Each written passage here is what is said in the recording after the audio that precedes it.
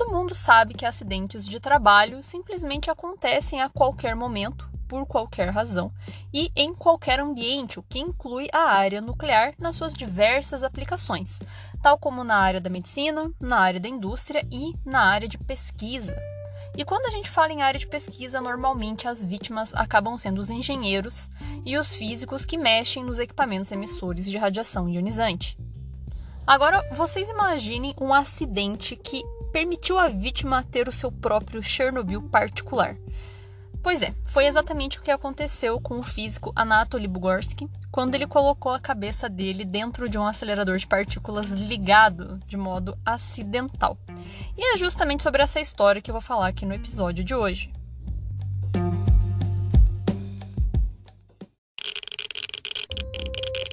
Radiation detected. Red dot.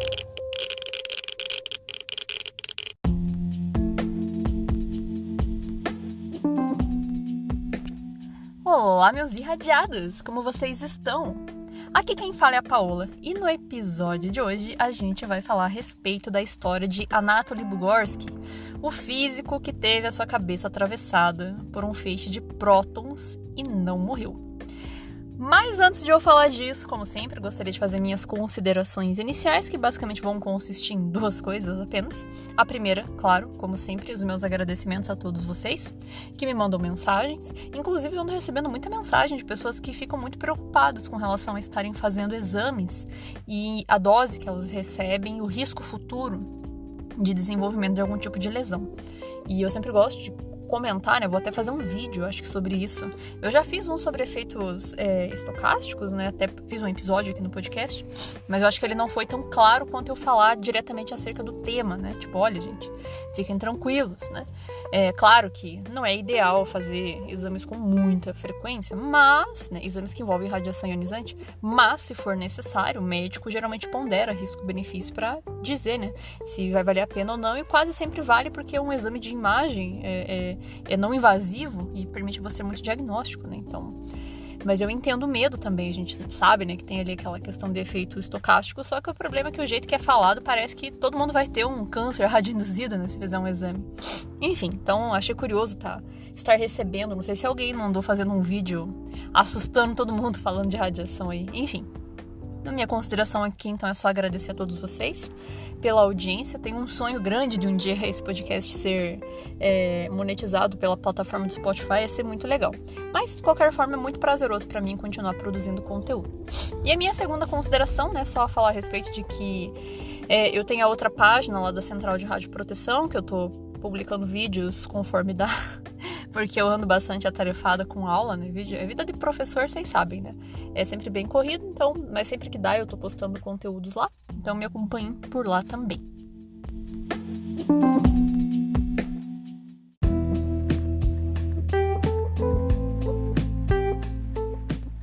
Bom, vamos falar então agora a respeito da história da semana, do Anatoly Bugorski. Mas aí você pode estar se perguntando na sua cabeça, tá, mas se a história do cara diz respeito ao fato dele ter posto a cabeça num acelerador de partícula, o que isso tem a ver com radiação? Por que a Paola está falando sobre isso? Bom, basicamente, né, esses feixes de partículas que são acelerados por esses equipamentos são radiações corpusculares que a gente chama. E elas podem ser de diversos tipos, né? Pode ser os elétrons, pode ser os prótons, então tudo isso aí é o que a gente chama de radiação de partícula, então por isso que compete ao escopo desse podcast. E aproveitando esse contexto, acho que é interessante explicar o que é um acelerador de partícula. Basicamente é um dispositivo que vai acelerar uma partícula que é eletricamente carregada por meio de campo magnético de um modo ultra rápido, mais próximo possível da velocidade da luz, para observar essas partículas, conseguir entender a natureza dos fenômenos atômicos e também a gente usa aceleradores de partícula para a produção de radioisótopos. Eu até comentei isso, acho que há 2 episódios atrás, onde eu falo a respeito da produção de elementos químicos radioativos e a gente sabe que para produzir esses elementos a gente tem que ter uma instabilidade nuclear, que pode ser natural ou artificial, e no escopo do artificial, a gente pode usar um acelerador de partícula para fazer com que essas partículas colidam com o núcleo de algum átomo que você quer desestabilizar e, portanto, tornar radioativo.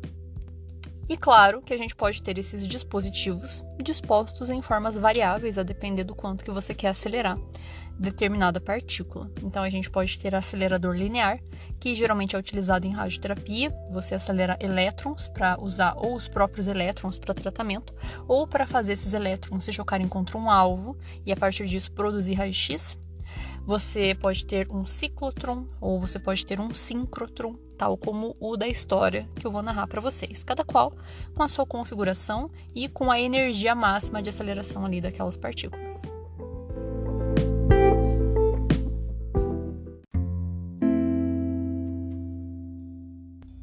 E quem que foi o nosso protagonista aí da história, Anatoly Bugorski?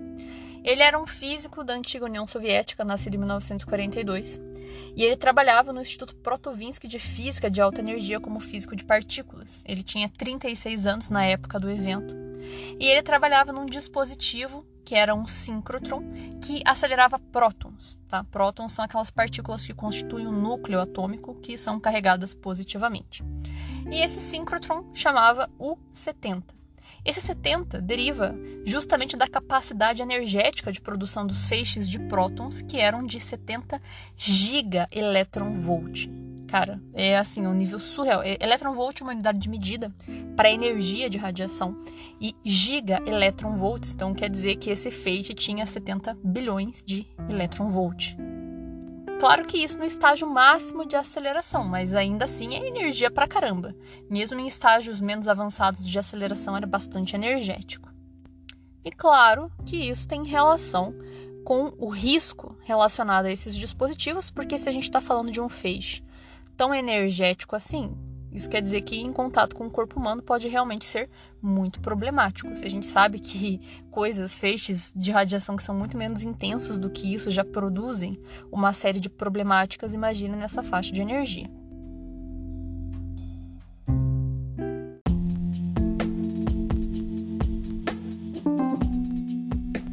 E agora falando a respeito do evento que quase matou o nosso camarada Anatoly, o que aconteceu exatamente? Bom, no dia 3 de junho de 1978, o Anatoly estava fazendo algumas inspeções e alguns ajustes ali na estrutura do síncrotron.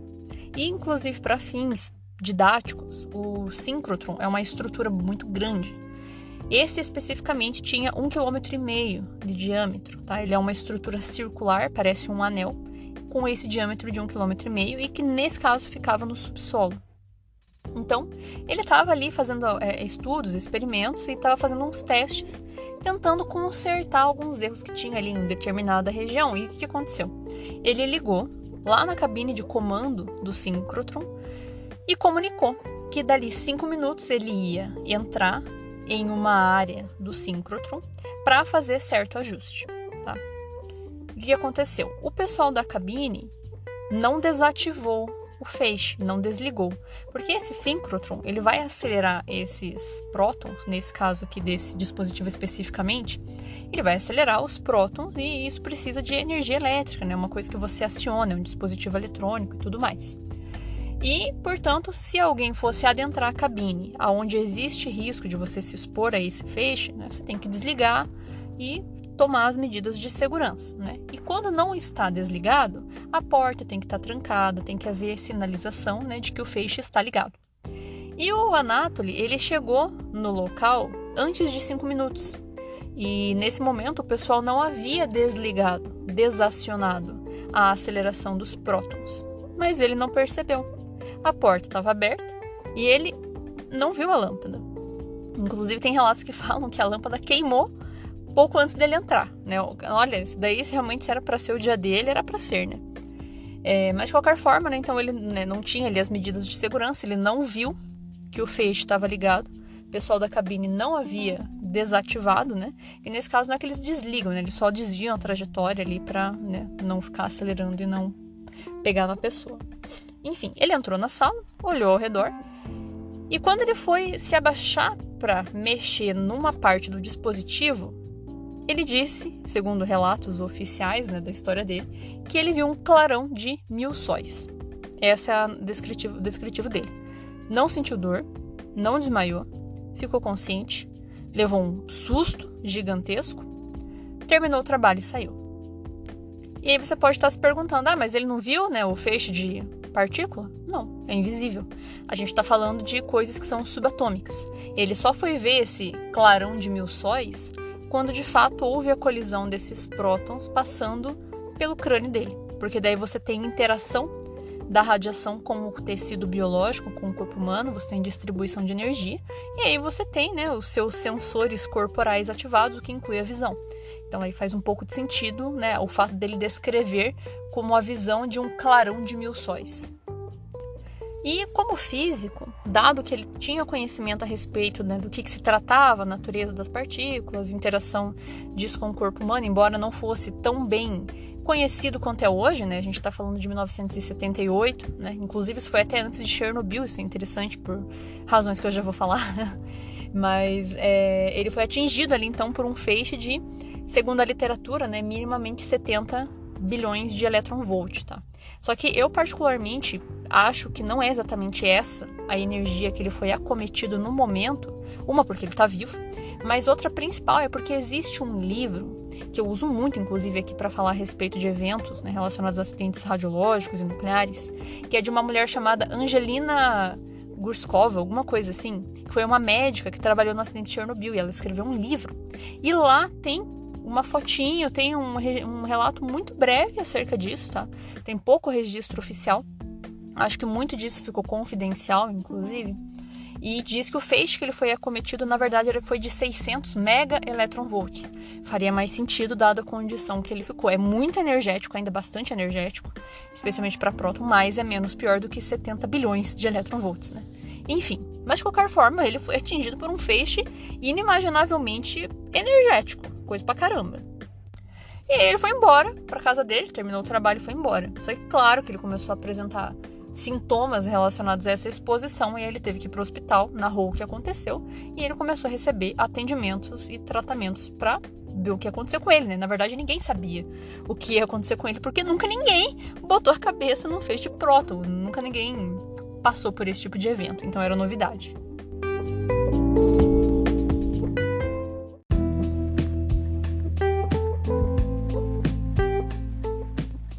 Bom, a interação desse feixe energético com o tecido vai resultar numa dose, né? Vai ter uma dosimetria feita em cima ali para saber quanto de radiação a pessoa recebeu proveniente dessa energia. E assim, não sei, tá? Vou ser bem sincera, procurei em algumas literaturas.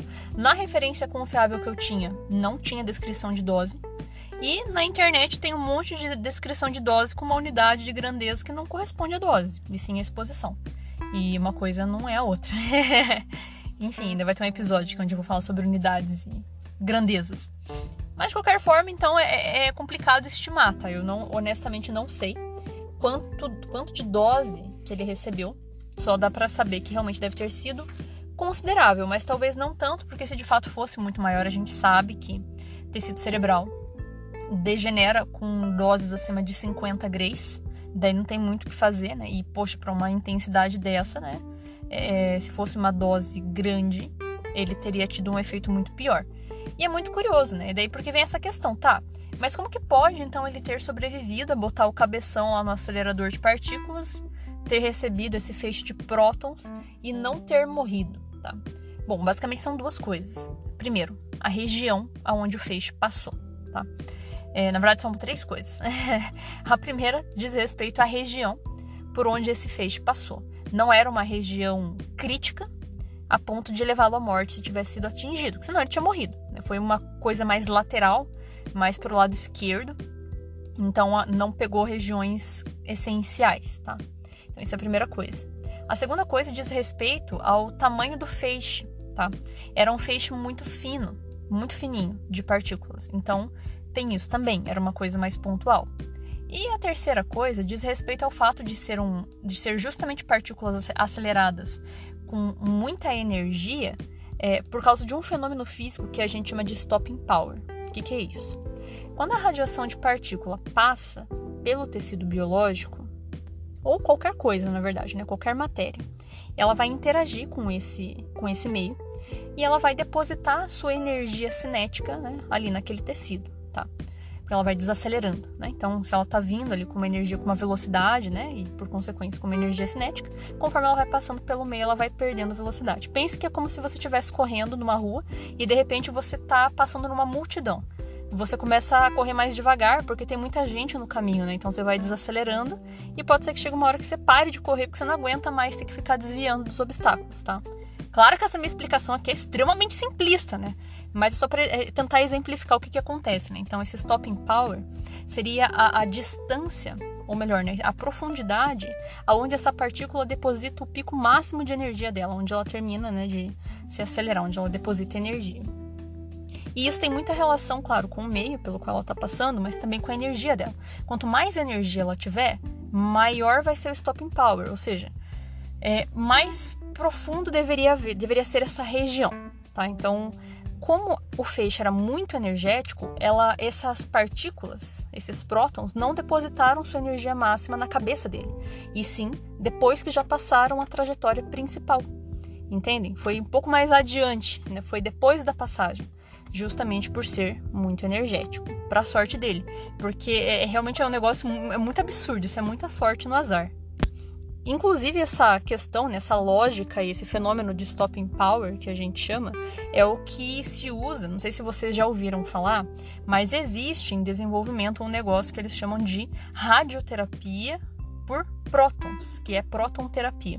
Hoje os tratamentos de radioterapia usam radiação gama, no caso de equipamentos que têm fonte de césio ou cobalto, que é uma radiação eletromagnética, ou raio-x, que vem de acelerador de partícula, porque são radiações eletromagnéticas que conseguem penetrar bem no tecido e atingir os cânceres que estão mais profundos, né, portanto, e depositar energia ali, né? Só que o ruim é que pega bastante tecido saudável, né? Não é o mesmo tipo de interação que, por exemplo, teria a radiação de prótons.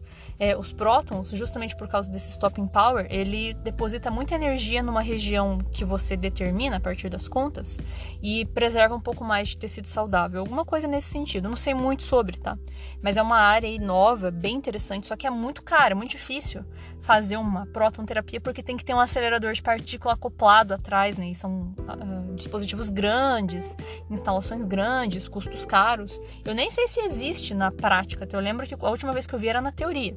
Mas eu acredito que na Europa deva ter. Enfim, estou só complementando a explicação que esse fenômeno físico tem práticas na medicina, tá? Então, resumindo, não morreu porque o feixe era muito fino, porque não pegou em região crucial e porque a energia, né, o stopping power do feixe, por ser muito energético, era mais adiante e não depositou toda a energia no tecido cerebral dele, sim, um pouco mais adiante, para a sorte no azar desse cidadão, ou melhor, desse camarada.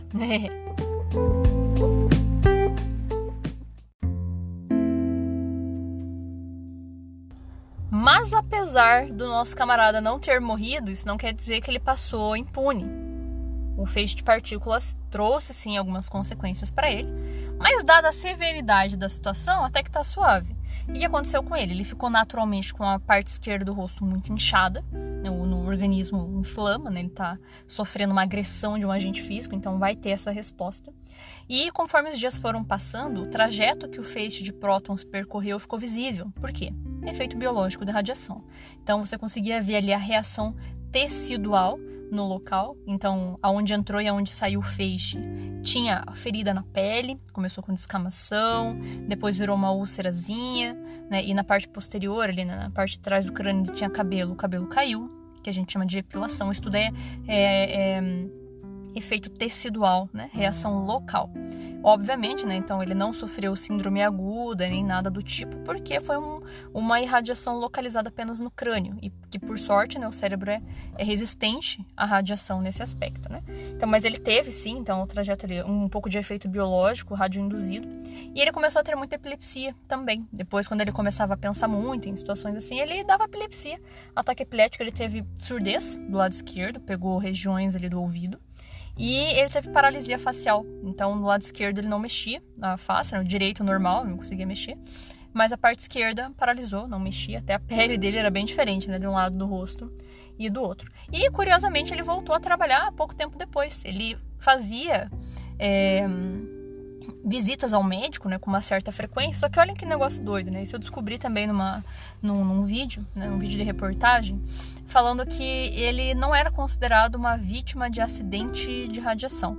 Só começou a existir esse termo depois do acidente de Chernobyl, tá? Antes disso não era reconhecido e, portanto, ele não tinha acesso a medicamentos ou a tratamentos, coisas do tipo. Então, ele trabalhava normal. E ele até havia se disposto a ser estudado pelos cientistas aqui do Ocidente para ver se ele conseguia, né, algum tratamento, alguma coisa assim. Só que ele não tinha dinheiro. Ele dependia do dinheiro que ele ganhava trabalhando lá no acelerador. E também não recebia muita ajuda, né, nesse aspecto. Então não era reconhecido como vítima de acidente radiológico, e só como vítima de acidente de modo generalista. Enfim.